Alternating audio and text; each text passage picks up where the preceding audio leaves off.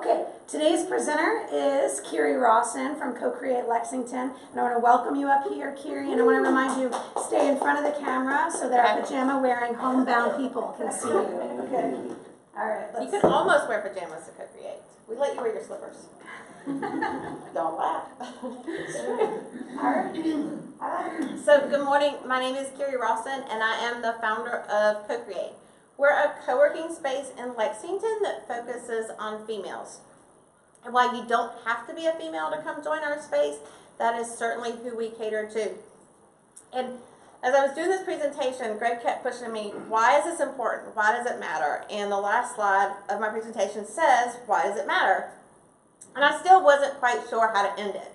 And as I drove into, and I'm gonna cry, because as I drove in this morning, my phone and my Facebook blew up. It blew up from a group of women, not investors who are or employees who are looking to increase their profits or their paycheck. It was from a group of women who have found their tribe. They've found their community. They have found a place where they can be encouraged and championed. And it's because of those women.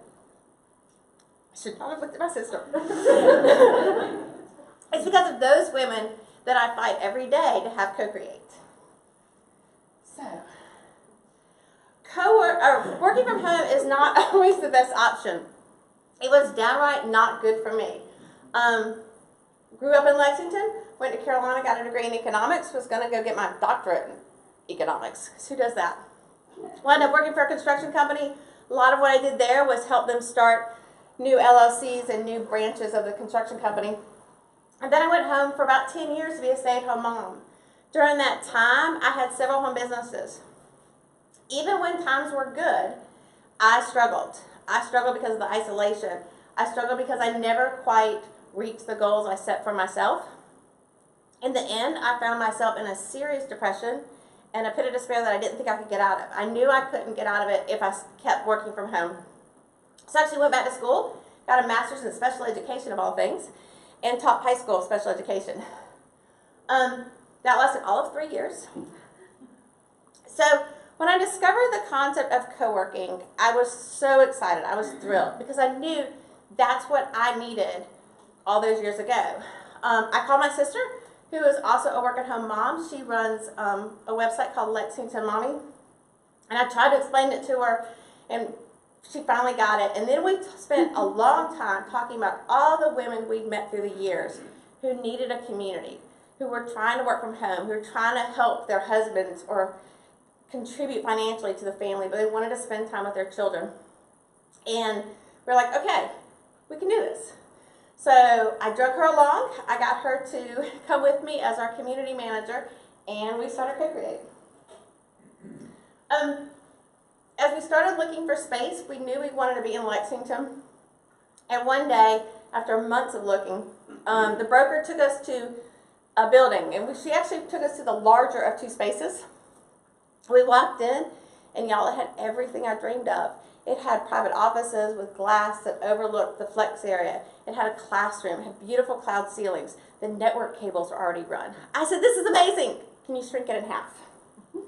Obviously, she couldn't, but thanks to some creative work on the side of our broker and a building owner who understood the vision of Cocreate and who believed in these two crazy girls, we now occupy we occupy over 10,000 square feet at the South Lake Center on South Lake Drive.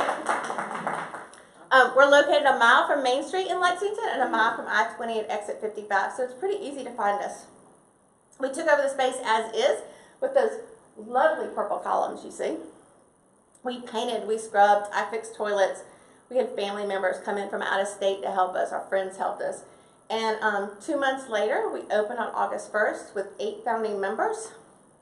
Some were entrepreneurs, some were remote workers, some were women with full-time jobs and a side hustle, but all 8 were females.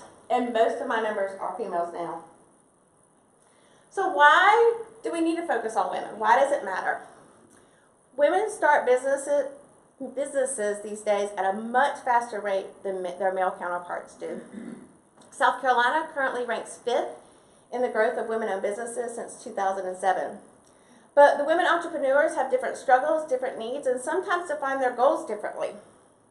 it's just different, especially if you're trying to raise children. One of the biggest things, like I said before, that I had a problem with was the lack of isolation and the lack of support. So one of the very first things, and the most important thing really overall to us when we created Cocreate, was we wanted a place that was warm and welcoming. We wanted everybody who walked in there to feel like they were wanted. We wanted it to be a safe place to come tell us your latest idea, a safe place to admit you're struggling, a safe place to show up when you didn't get your hair and makeup done, but by golly, you got those kids to school on time. Just a place where you wanted to come to. And with the help of our members, I think we've done a really good job of that. Obviously, eliminating distractions is important. This is Jennifer. She's actually a remote worker. She writes math curriculum for the South Carolina Virtual School. So she comes to Cocreate to get away from the distractions of home and write Algebra 2 word problems of all things. She's also starting to work on one of her personal passions, which is a program to help with teacher self-care and teacher retention. Some of the other issues that women entrepreneurs have is a lack of resources. Many don't have access to capital. They're scraping every dollar and penny they can find to start their business. We try to fill in some of the gaps with a workroom that has not only your basic office tools, but crazy things like I bought, like a laminator or a silhouette cameo, all sorts of things that they can use and not have to go spend money on those kind of things. We have a room with lights and backdrops and tripods, so when they're ready to up their social media game and no longer record videos in their car, they can come do that. And of course the classroom for meetings and especially team meetings. Believe it or not, I have a lot of direct sales members. And they need a place to have their team meetings that's not a restaurant. Many of our members choose to work from home so they can spend more time with their family and their children. But balancing work and family is hard. So we really try to cater to them. We've got flexible membership options. And a lot of times we change what we do every day. So one of the things we started, I think last week, was a new membership option that's geared for moms in preschools that lets them get in the space as early as 7 o'clock and be done when it's time to go pick those kids up. We consider ourselves semi-kid friendly. One of my members said we are well-behaved kid friendly. We know that sometimes you have to bring your child with you. So the babysitter calls in sick and you've already got a meeting scheduled. Or worse yet, you're supposed to meet a client, you've already rescheduled her once, she calls and says the babysitter canceled, and you don't want to have to reschedule it again.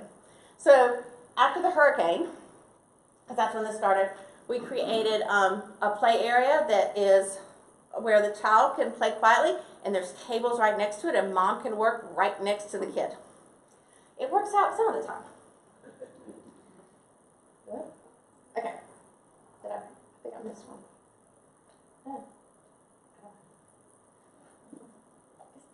There it goes. So co-working in Lexington. Well, co-working is a brand new idea to Lexington. I mean, brand new. Thankfully, many of y'all understand what co-working is, so I was able to leave out a lot of what it is. That's not true in Lexington. We've had to do a lot of education, and we still struggle to teach people what co-working is and what it isn't. Why somebody would want to come to Starbucks, or why somebody would not want to work from home. This is true for individuals, for businesses. And believe it or not, one of the hardest areas we've had trouble with this is some of the town officials and the government officials that just, they don't understand. If I can get them to come to the space and see it, they start to understand, but not always. And I did miss a slide. Go back, so it's important. I don't know where it is. Okay. There's a slide. I don't know where it is. Okay. The reason the slide is important is because it's the one that shows the swing. That's how I know it's missing. Because we do have a swing in our space because you can't stay cranky on a swing. So when you're having a bad day, we invite you to come swing. When you're ready to throw that computer out the window, you come, you get some exercise, you get a change of scenery, you get the movement of the swing. 2 or 3 minutes later, I'm going to send you back to work and you're going to feel much better. And everywhere I go, people will say, don't you the place with the swing? Yes, that's what we're known for, Lexi. We're the place with the swing. One of the other struggles we've had is how do you find home-based businesses? According to the U.S. Census Department, Lexington County has 19,000 non-employer businesses. It means that 19,000 people filed on their taxes that they made at least $1,000 in some sort of business, but didn't have employees. But how do you find them? There's not a central database. I've talked to all sorts of people. I've met with the chamber. And I said, how do I find them? And they're all like, I don't know. So if any of y'all have any good ideas, I'm really open to suggestions there. We do some things to help people know we're there. We've got a lot of public events. We've got a speed networking. It's kind of like speed dating, but better. You have to meet everybody. It's fast-paced. It's fun. It's free. You should come. We have some different workshops like Katie's social media class or even craft classes. Whatever we can do to get people in the door to come learn about us. So where do we go from here? As of today, I have 30 members at Cocreate. Our goal is to have 50 by August 1st, our first anniversary. In the next 5 years, we would like to start a mentorship program for women starting out in business and have a program for high school students who have an entrepreneurial spirit, and possibly childcare for my members.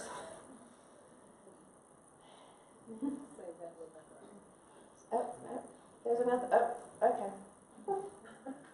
There's another one missing. I don't know what it is. It's okay.